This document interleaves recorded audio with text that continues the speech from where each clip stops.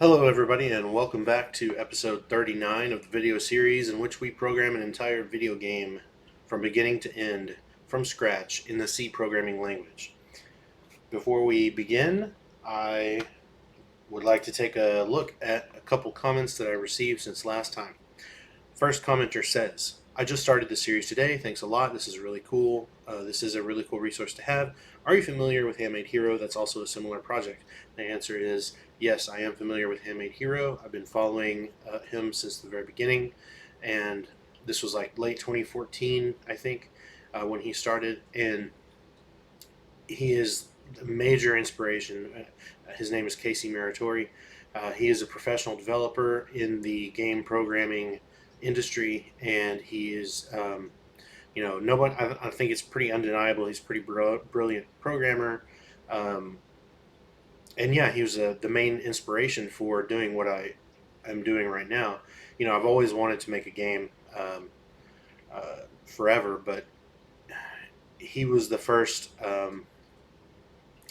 He was the first person that I knew of that actually did this sort of format of really doing everything from scratch on camera and explaining things as he goes along.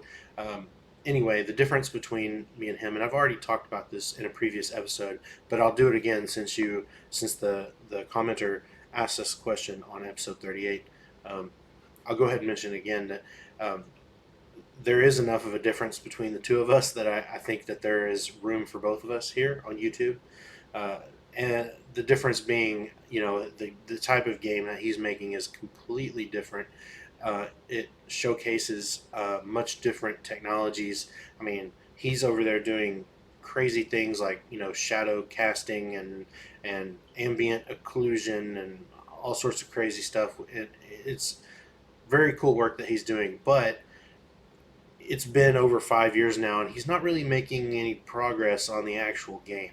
I mean, he's making really cool tech demo stuff, and he's writing a lot of really cool technology. But I just want to make a Dragon Warrior clone. That's all I want to do. I mean, I just want to make a Dragon Warrior or Dragon Quest like game, and it doesn't require 90% of the stuff that he's doing. So, again, nothing but the utmost respect for him. He is doing some amazing stuff over there. You should definitely go check out his channel. That's Handmade Hero is what I'm talking about.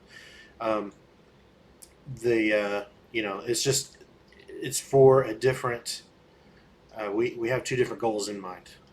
So that's all I have to say about that. Next comment says, I guess I wasn't clear about my sentiments in my last comment, so let me be blunt. I think software engineering today is at its lowest point, where most engineering teams at Microsoft, Google, Facebook, etc. spend 90% of their time thinking about their skin color. I think there is a major group of people who would like to get back to the 1980s and 90s culture of software engineering, where people know what their code is doing on the CPU and utilize all their knowledge to extract all the performance out of the limited hardware available to them. I am baffled as to why MS hasn't capitalized on this demand and created an OS that facilitates frictionless programming like Unix, made for people who adore and want to learn low-level programming and how to build things from absolute scratch. Am I in the minority? Am I crazy and a fringe character? What do you think about all this? That's a lot. Okay. So,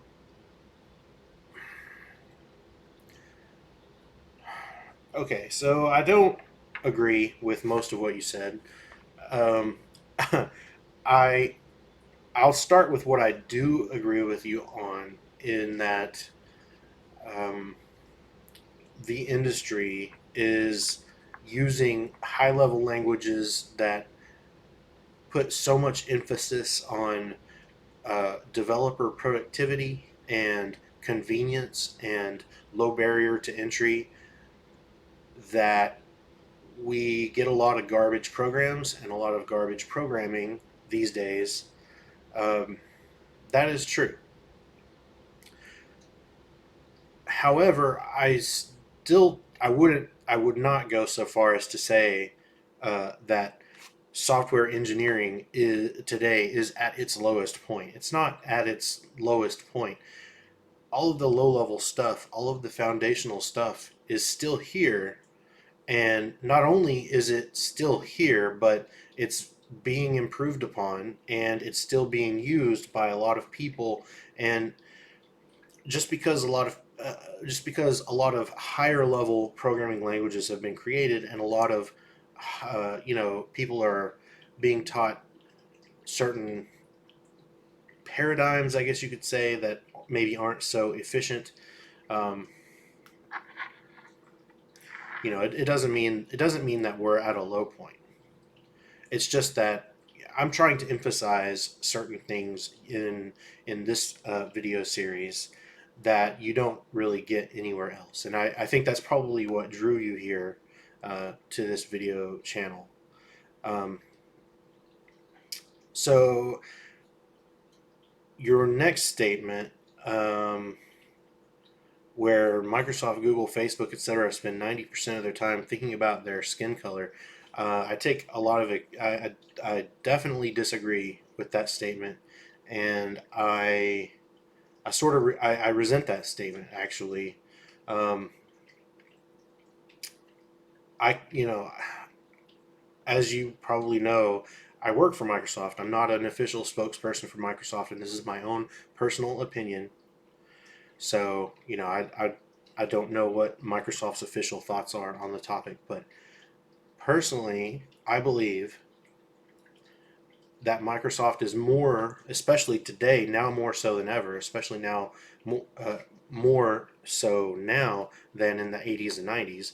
Microsoft is much more than just a software company. In fact, I think most of our leadership would probably say that software engineering isn't even, uh, Microsoft isn't even primarily a software company anymore.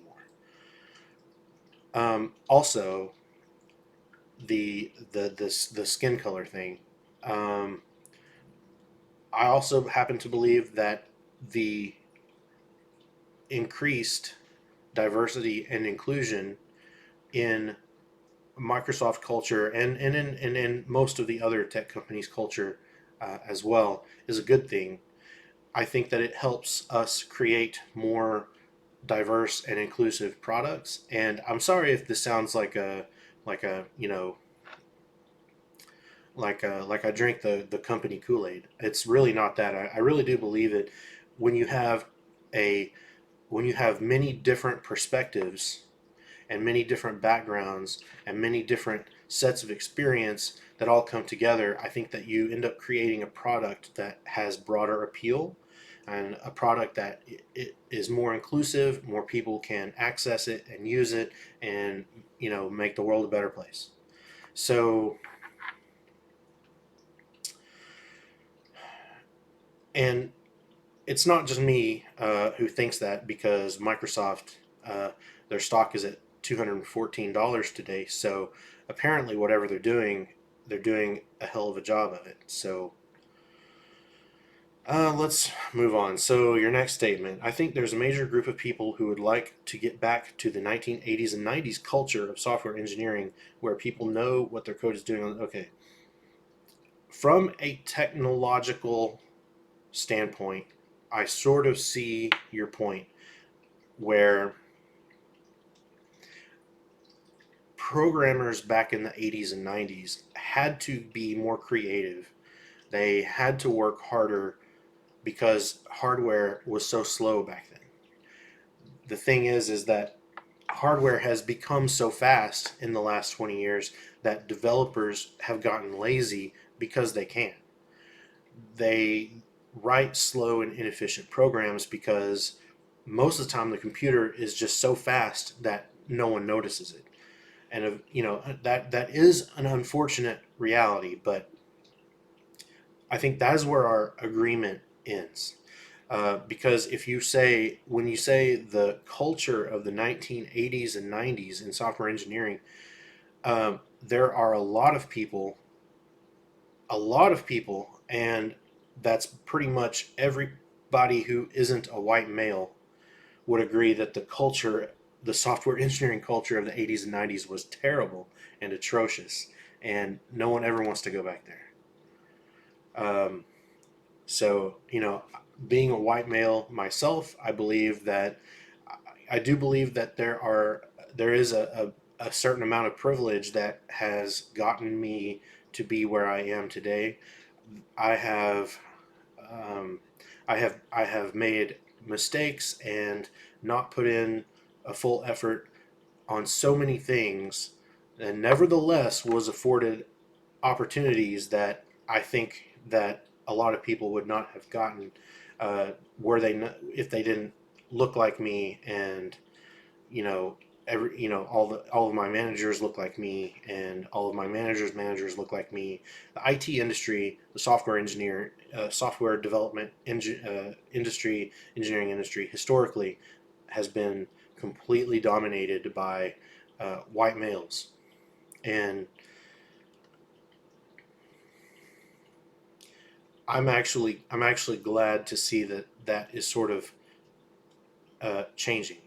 Maybe, I mean, it's not perfect yet, but I'm glad to see that at least it's moving in what I think is the right direction. Um, okay, so let's keep going with this comment because you had a lot to say.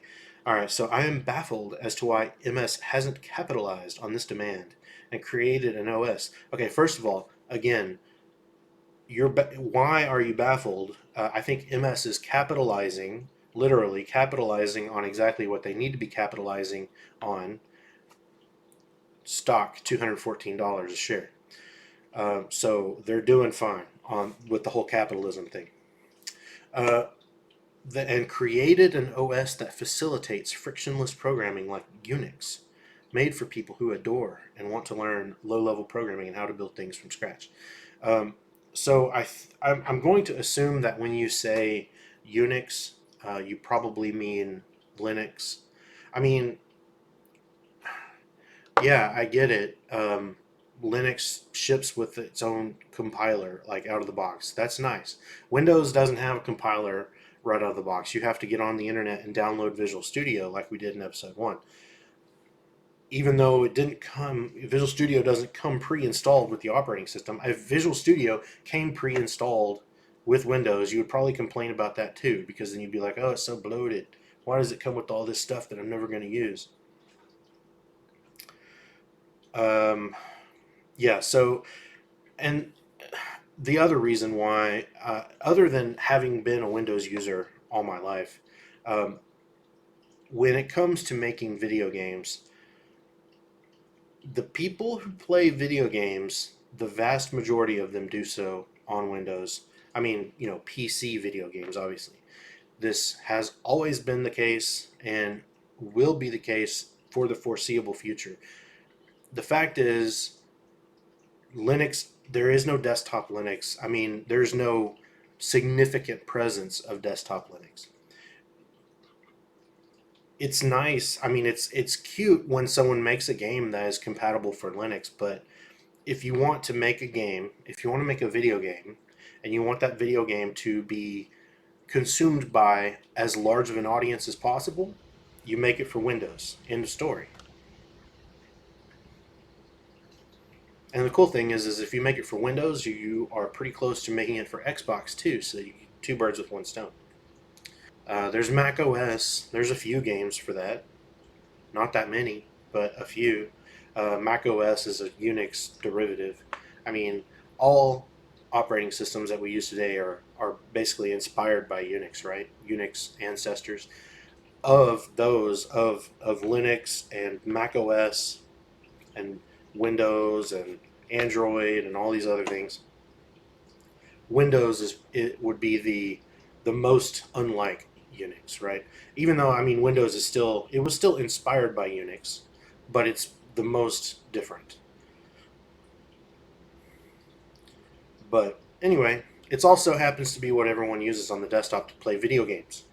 So I mean, no one goes and buys a uh, uh, MacBook and plays Call of Duty on it. Hmm. I don't know. I feel like I could probably spend the entire time talking about this stuff that you said, but I'm not going to. So we need to continue our work from last time. So last time we were actually making a separate tool last time called miniz. It's based on the work miniz that we got from Rich Geldrich. I suppose a lot of people have contributed to it over the years, but it's public domain. So we're going to use it, and the reason we're using this tool, we're basically just writing a command line program to utilize this compression and decompression algorithm. The reason we're doing it is so that we can pack all of our assets for our video game into an assets file, and that way we don't have to ship a whole bunch of bitmaps and such. A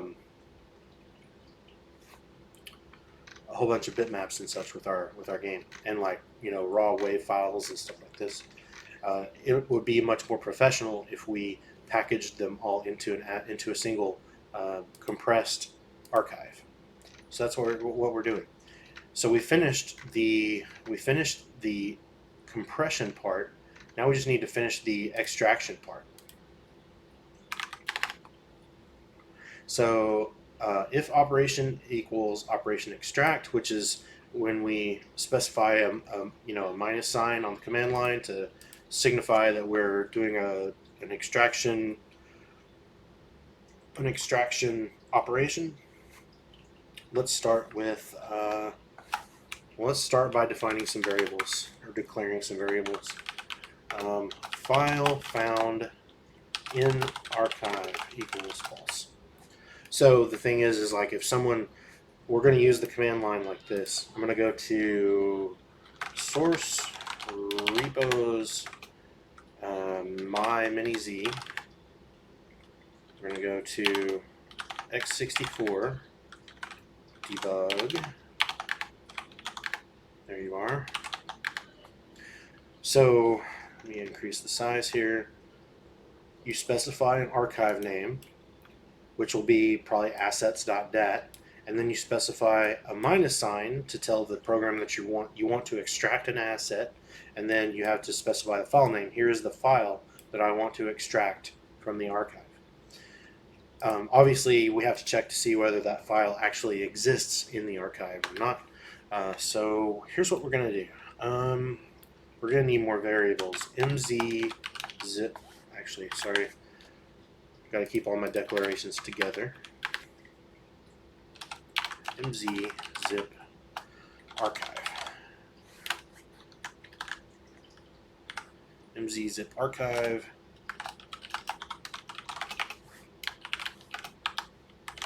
Zero initialize. It's a structure. It's fine. We're going to make another buffer. I'll just call it buffer. We're going to make a. Have we used a size T before? It's an unsigned long, which is just it's pointer size, right? So it's going to be 64 bits long because I'm running on a 64-bit platform. That's all it is. I could also make it a uint 64, but I don't have stdint.h included, and I don't really feel like including it, so I'll just make a size T. Extracted size equals 0, and then we need a file handle, of course. Extracted file handle equals invalid handle value, which we have typed many times. Okay, so obviously if the archive, we wrote this little file exists function. It's like a one-line function. It simply checks to see that the file exists and that it is not a directory. So if the archive that you specified does not exist, then obviously we cannot proceed. But if it does exist, then we're going to say mz zip reader init file. Oh, and by the way, I don't just like magically know all of these mz underscore things. They come from the example code. So if you go on GitHub and let me see, here we go, and you look up miniz and you go to GitHub and you go to examples. So all you have to do is, if you want to learn all of the things that that miniz is capable of, you just need to go in here and read the example code. That's what I did, and that's how I learned how to use these things right here. So we need to supply a pointer to a mz-zip archive, which we already have, zip archive, and then we need a file name, which is going to be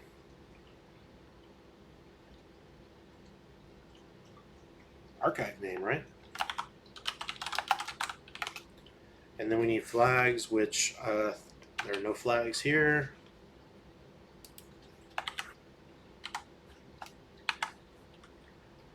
And then, as usual, we'll do if that operation results in false, then we failed. That means we failed, and we need to complain about it and exit. So here's the thing: is I think there's actually an mz get last error, and okay, so I guess I'll use that. And what does this return? An mz zip error. Okay. mz zip error, which is a what? It's an enum. Okay. mz error.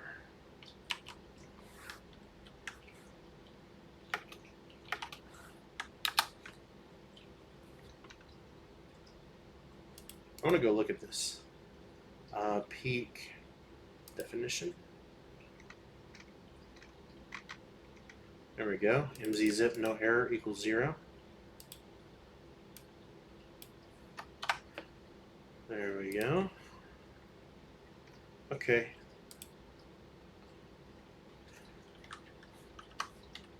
mz error equals mz get last error, and then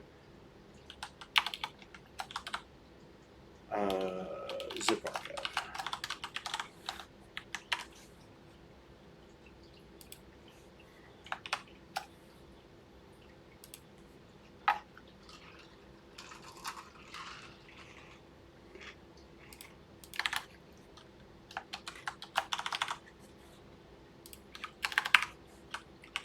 Printf. We need to complain that this thing failed.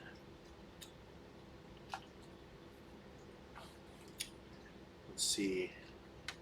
I'll just say zimz zip reader init file failed with. We'll just do that. mz failed with error code. Okay.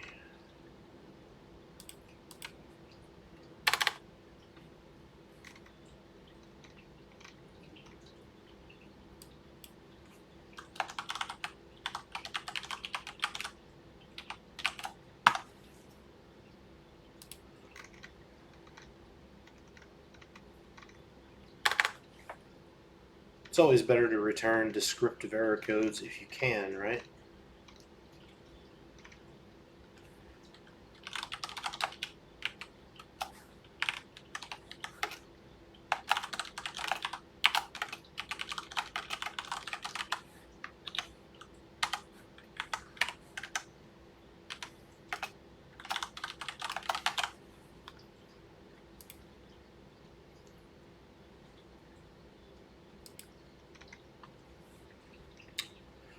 Alright, let's build this and see if it works up until this point. Okay, my miniz, we'll do assets.dat, we'll do minus, and if you remember from last time, I did put a file into the assets.dat archive. It was actually main.c, so I guess I'll specify that. And then archive. Okay, so it's working. It's working. Let's go ahead and continue. For int file index equals 0. File index is less than mz zip reader get num files. Obviously, this gets the number of files in the archive, which we already know is 1, because the only file in the archive is main.c.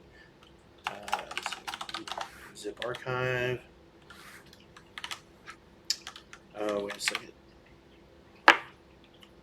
File index is less than, yep. And then file index plus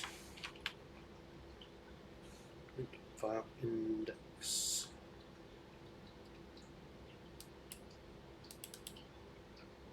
Is it? There we go. Okay, so we're looping through each file. mz zip archive file stat compressed file statistics. We're going to name it, initialize it to 0.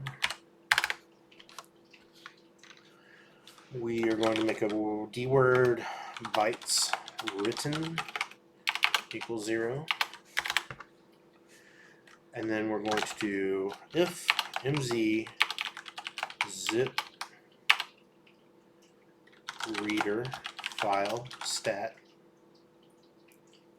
mz zip reader file stat zip archive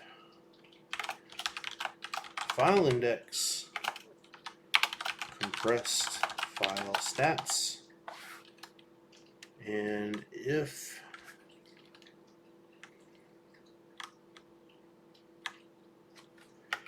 that equals false, then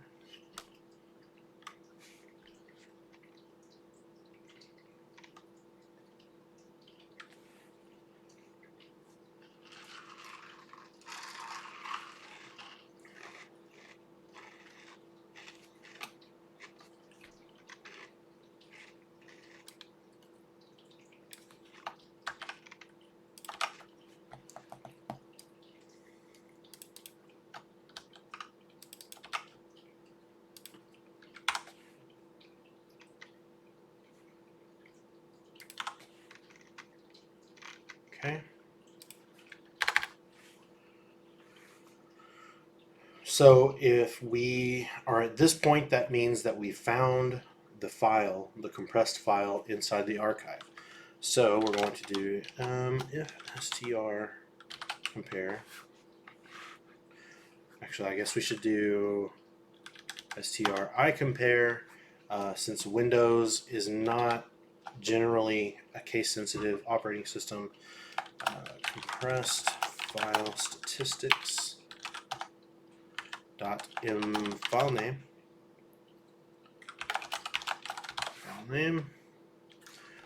Do I not have the file name here?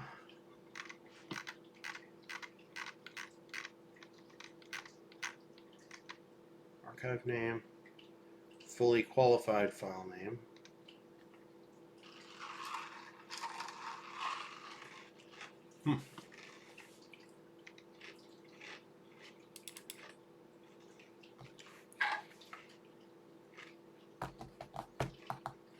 I mean, I guess we're going to reuse the fully qualified file name variable here. This is certainly not going to be a fully featured compression and decompression tool. I mean, I'm really just basically doing the bare minimum required so that we can use this tool in our video game. So we can improve the tool later if we need to. Right now I'm just, just trying to get it to run. If that equals 0, then we found the file, right? In that case, file found in archive equals true. and might as well print it.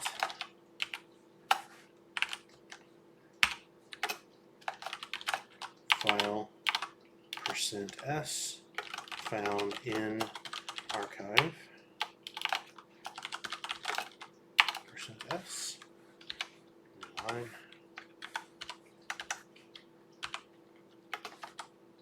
file name found in archive name. Okay. Now we're going to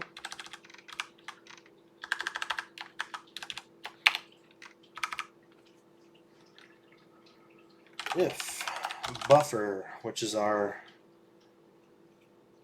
pointer, equals mz zip reader extract to heap. I wonder if there's an extract to file so that I can skip the part where I write the memory myself to file. Extract to what? File? Yeah, there sure is. Let's see if we can do it. We need zip archive, file index, destination file name,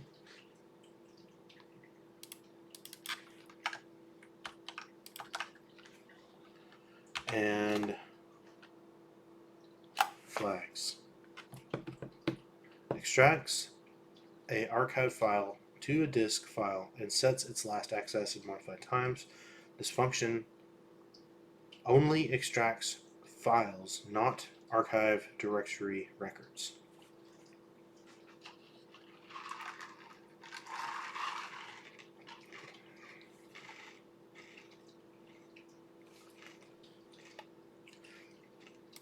Okay, I actually don't know how this file works, so I'm going to have to go look it up myself. Okay, mz zip reader extract to file. There we go.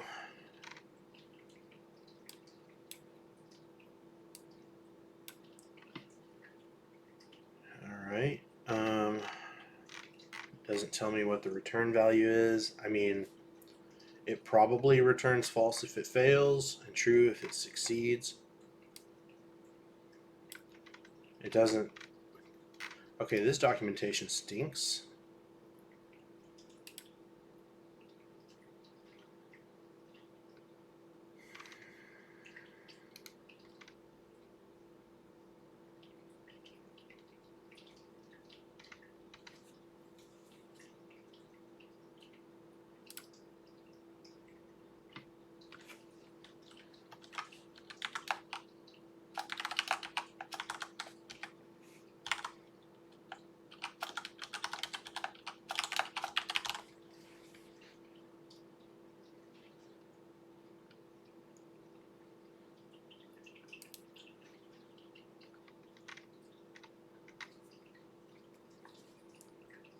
Return status. Alright, so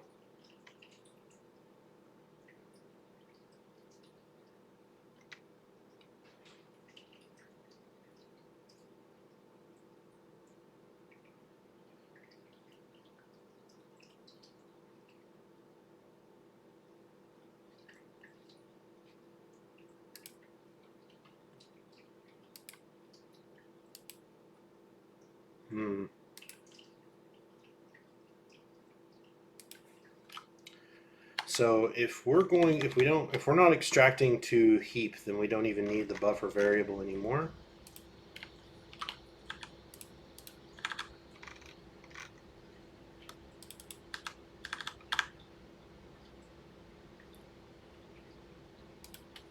I don't know what the flags are. I'm just going to try 0. And that actually is a valuable lesson. This is the danger of using third-party code like this that is, very poorly documented. We basically just have to go. We're going to have to go read the code ourselves just to figure out how this function is supposed to work because it's not documented. There's no documentation. and that sucks. Or maybe what they thought was documentation is not really what I consider documentation in my book. But okay. If that equals false, we're sort of just assuming that's how it's going to work.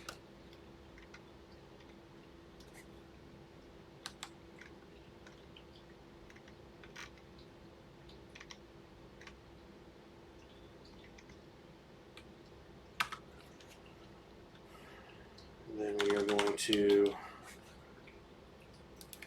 do this thing. I don't know if this sets the MZ last error.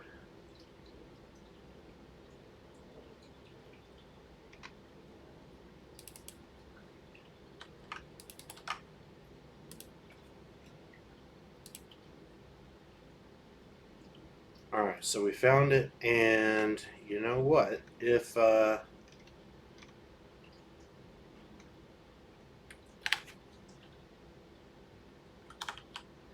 okay, so if the file was found, then we can break here, and actually we do need that because we're going to say if we do a break right here, it's going to break us out of this for loop, and we will continue execution down here. So if file found in archive equals false, then we're going to complain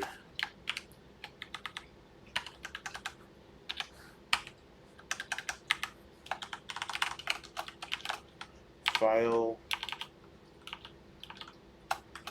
%s not found in archive %s.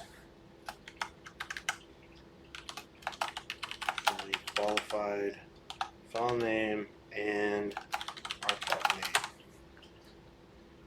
And once again, I realize that this isn't going to work well when you start using relative paths, but I don't care. My asset file is probably not going to have any directory structure, and so I just don't care. We'll just assume that we're not going to be using directories in our archive at all. So, and that's it.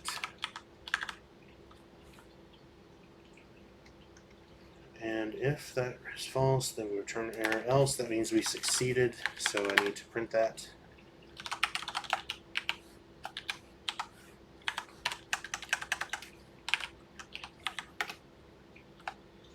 Successfully extracted file %s.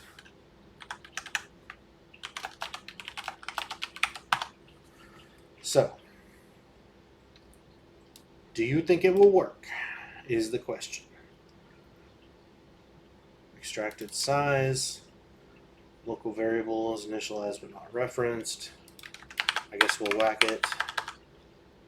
Extracted file handle, which we no longer need because I thought we were going to use, see, the reason I made those variables in the first place is because I thought we were going to use mz zip reader extract to heap, and then from the heap we were then going to write it to a file. But it looks like this function, mz zip reader extract to file, will do it all for us in one shot. So let's give it a try. Hold on. Bytes written, same story, and then disable the warning about pragma warning, disable 5045, disable warning about Spectre meltdown CPU vulnerability mitigations. One more time. No errors, no warnings. Okay. So first thing I'm going to do is I'm going to try this with a file that doesn't exist in the archive. It says archive opened for reading, and then error, file foo.txt not found in archive assets.dat, which is good. There's a dir. Notice that the only files we have in this directory are assets.dat, my miniz.exe, .ilk, .pdb, and a temp directory. So let's try this again. Try this command again, but this time I will specify the name of the file which I do know exists in that archive, main.c. Looks like it worked flawlessly. Piece of cake. There's our main.c. It's 3.5 kilobytes. Let's go look at it. Main.c. It's right there. Edit with Notepad. Looks like everything works fine. No corruption or anything.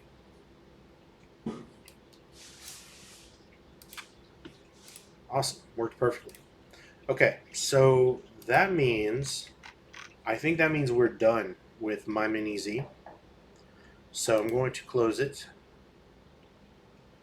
And I'm also going to update the repository on GitHub.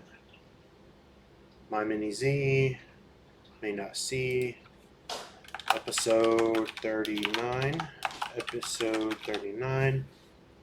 commit to master, push origin.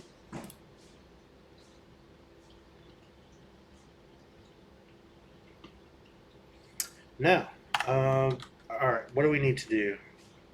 I'm going to go back to Visual Studio. I'm going to open up Game B.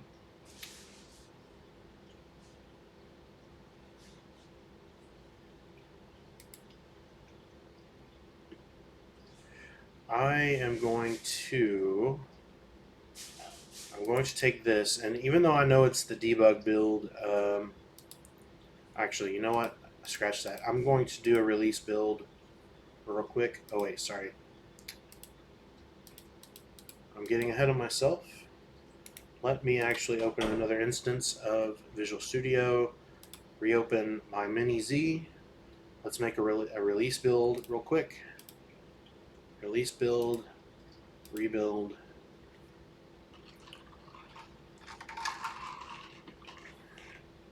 Rebuild all succeeded.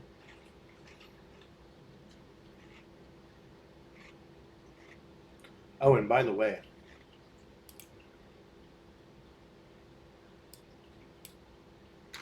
we're looking at miniz again. Interesting. Signature, miniz.h, signature.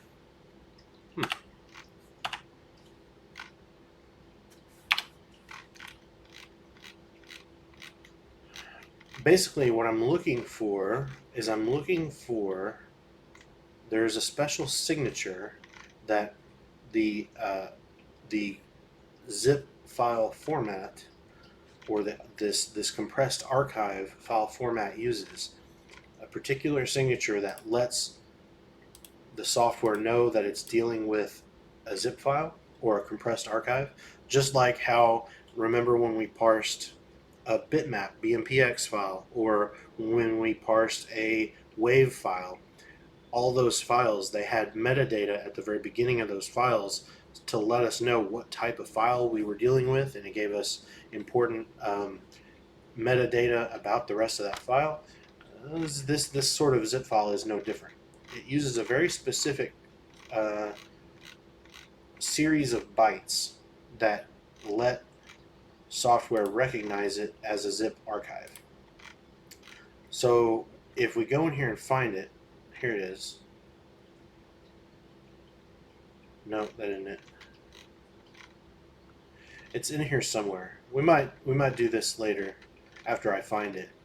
But basically, if I go in here and change it, then what will happen is it will start producing compressed archives that are unreadable by programs such as 7-zip or WinRAR or whatever. It will just look like a corrupt file, even though all we did was change a couple of bytes. So I'll go find it later. But as for now, I'll just leave it alone. Let's go to release. Let's grab this executable, copy. Let's go back to users, source, repos, game B, assets. Actually, should I put it? Yeah, I'm just going to plop it down right here. miniz.exe. And then in the post, I'm going to change the post build step now to where is copy assets.bat. Copy assets.bat. Now, if you recall, this is the batch file. Visual Studio automatically runs this batch file every time I build the project. This stuff, the lines that we put in here previously, will soon become irrelevant because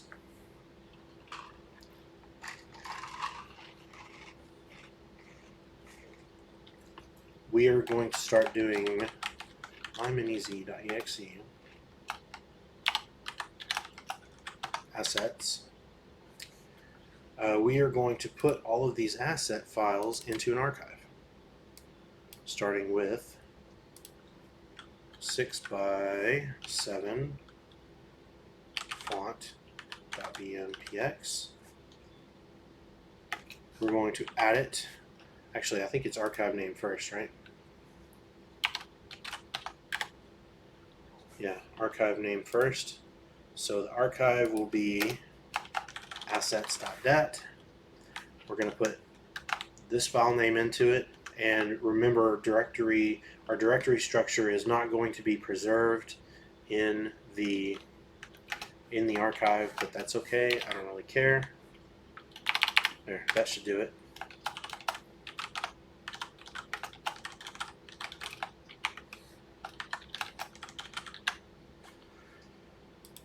And we just basically are going to go down the line here and add all of these things.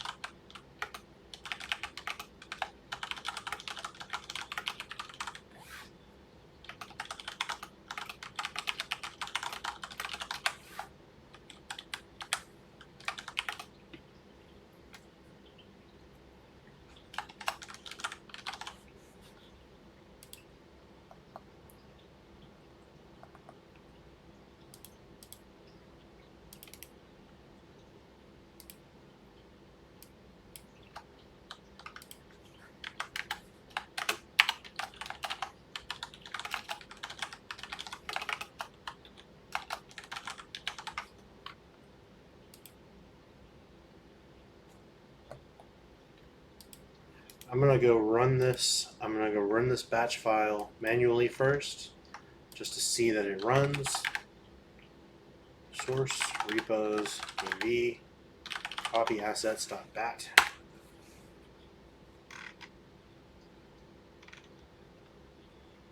Okay, could not find this file. That's fine. Okay, my miniz asset plus file size successfully added to archive. Successfully added to archive. Successfully added to archive. So I think it's working. So, and then once we've added all of the assets, we need to copy assets.dat into whatever directories it needs to be in. I should say whatever directory or directories. And the reason I say that is because if you recall, when we were first dealing with this post build step, we had this issue where when you run the game from Visual Studio, the current working directory of the game is different than if you just double click the executable and run the game from another directory. So like relative paths are it makes it more difficult because the working directory is different based on if you launch the game from Visual Studio or outside of Visual Studio. But anyway, this is just, it's not a big deal. So what I'm going to do is I'm going to finish putting all the files that we need into here. My miniz.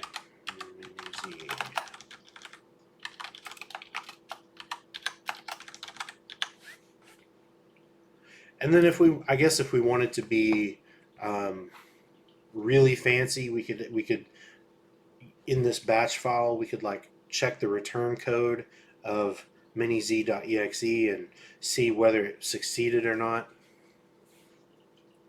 We could also maybe output all the stuff to a build log file just to make sure that it all worked correctly.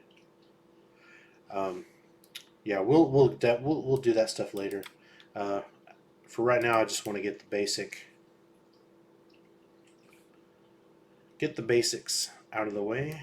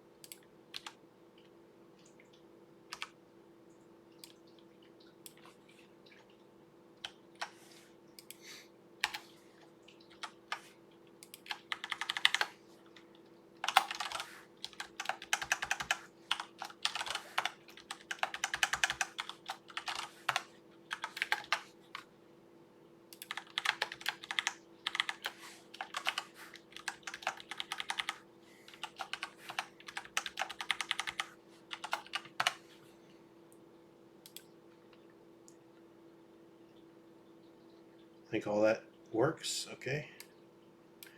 Now we need to add the sounds. Oh, and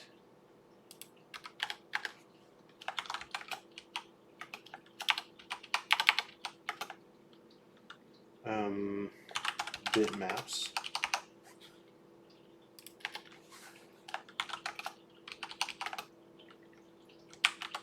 Sounds. By the way, in case you're not familiar, that stands for remark. It's how you make a comment in a batch file. It's very, very old syntax from the MS-DOS days.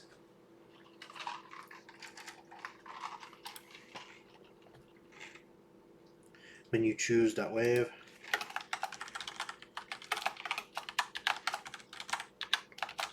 Menu choose.wave.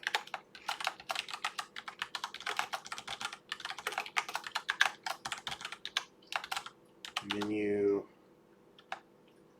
navigate.wave. Yep, menu navigate.wave. Splash screen.wave. Easy assets like that. Splash screen.wave. And then we do music.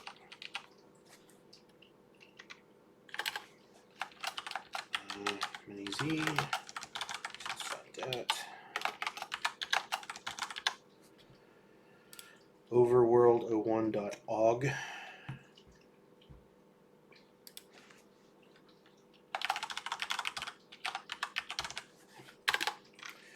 We need to add maps. My miniz.exe. Stop that. Now this is the part where I'm going to have to just ignore directory structures.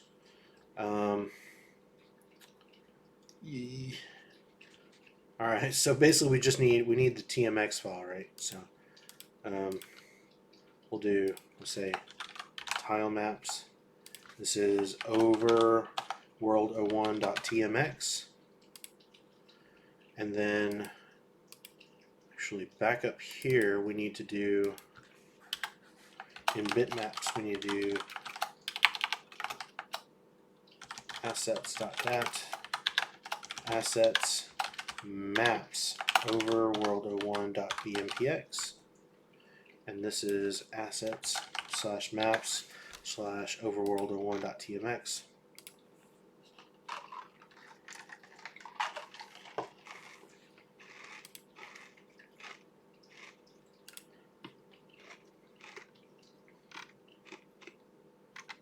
I think that's all we need.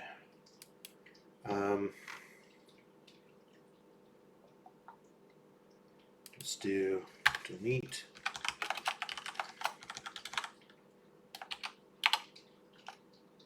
Copy assets.log.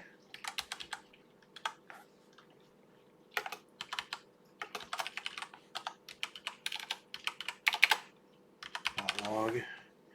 And we're going to log all this output to file.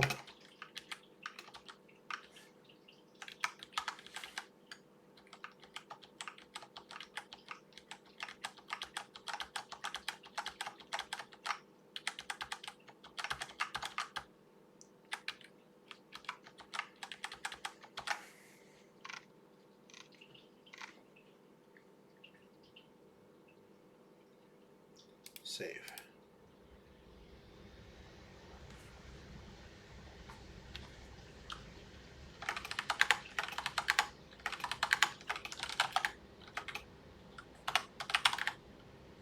Okay, let's run it. Copy assets.bat.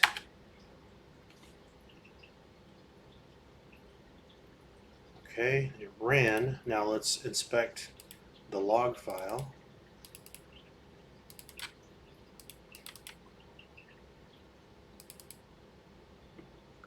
Copy assets.log. Okay, looks successful. Successful, basically scanning the file looking for the word error at any point, which I don't see, which is good. Very good. And let's go look at we have an assets.dat file here, which open with 7-zip open archive. And there it is. There are all of our files in the compressed archive, all of them. And if you notice, the assets.dat file is 1.3 megabytes, despite this assets directory being 36 megabytes. So huge space savings, in addition to being, tighter and cleaner by packing all of our assets into an assets file. We also save a whole lot of space. So the only thing left to do at this point is to go back into our Game B program and create an extraction routine that will extract all of these resources. And that is definitely something that we'll do next time. However, I want to go back.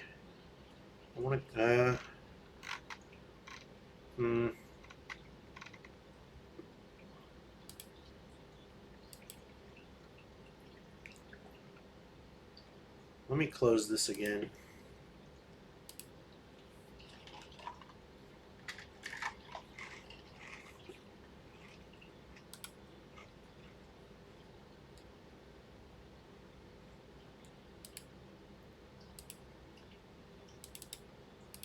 Source, repos, miniz.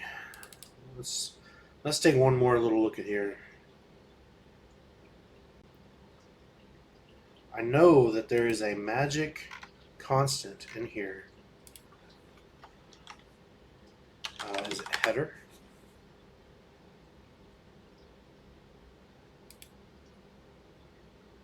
Yeah. zlib header. Let's go to the .h file.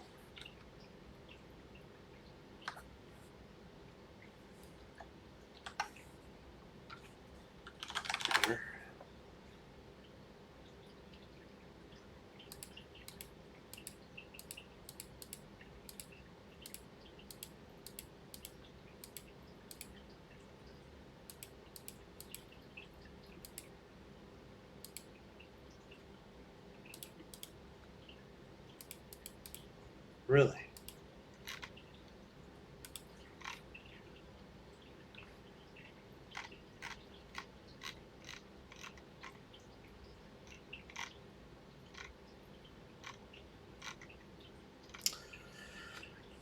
Okay, I'll just have to find it later. I know that the easiest thing that we can do here is there's going to be a constant in here that modifies the file format so that no other tool will be able to easily recognize our file as a regular old zlib zip file, archive file, other than just our tools. So that'll make our asset file more difficult to open by anyone else other than us, anyone other than our game or our tool. So, I mean, it won't stop people who are really dedicated and are really smart and know what they're doing, but it will stop, a lot of people. That will keep them from, messing with our assets and replacing them and changing our bitmaps and stuff like this. Anyway, we'll do that next time because we're at actually an hour now. So um, I'm going to go ahead and call it for today. As always, thank you very much for watching. If you enjoyed this episode, if you are enjoying this series, uh, if you want to see me complete this game, then please encourage me by hitting the like and subscribe button and telling your friends about this awesome video series. If you have any questions or comments, please don't hesitate to leave your questions and comments on the videos, any episode. It can be about any episode. I will address any interesting questions or comments in an upcoming episode. Lastly, please don't forget that we have a companion GitHub repository. I keep the GitHub repository updated alongside these episodes so that you can follow along at home. With that, I hope you have a great rest of your weekend, and I will see you next time. Bye.